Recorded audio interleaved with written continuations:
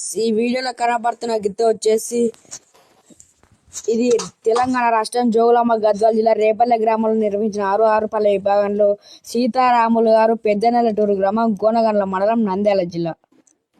Friends, ఈ గిత్త వచ్చేసి మంచి పేరు కలిగినటువంటి గిత్త ఫ్రెండ్స్. 7,15,000 రూపాయల కొనుగోలు చేయడం జరిగింది. కుందూరు రాంభూపాల్ రెడ్డి గారు మంచి డ్రైవర్ ఫ్రెండ్స్. సీతారాములు గారు పెద్దనెల్లటూరు.